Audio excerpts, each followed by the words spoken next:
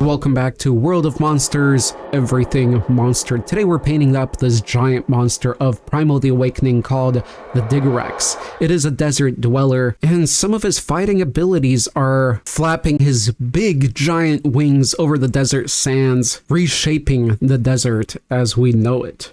I haven't hit this monster quite yet in my battling in the game, but as a paint scheme he came up as I airbrushed the same base colors on him as I did with the Toramot. Although with this guy I then applied a deep red sort of wash because I knew that I'm going to want his scales purple, so I wanted a better basing for that.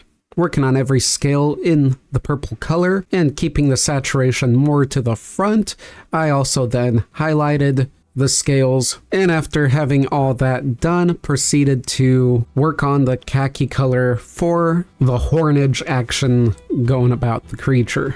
After rendering the horns to almost completed level, I didn't apply the final highlights on them just yet. I went to work on the wings, applying orange, working a gradient from top to bottom, more saturated, brighter to darker at the bottom. Then I returned to the horns, highlighting them.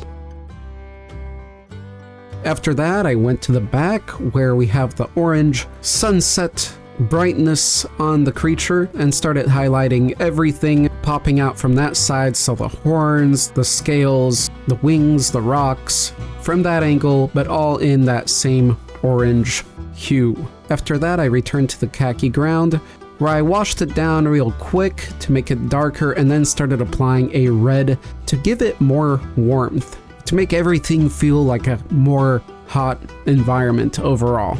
After being done with that red application, I applied a brown then to start to return back to those earthy tones, which then would be covered with the khaki color, and after that, highlighted.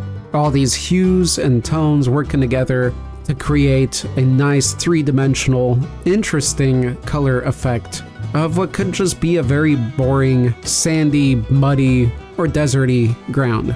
At the end, I went back to his face and worked on the details of his mouth and eyes and teeth, and as always, finishing the base with black and glossing that up so it makes for easier and safer handling of the miniature. And now for the monstrous reveal.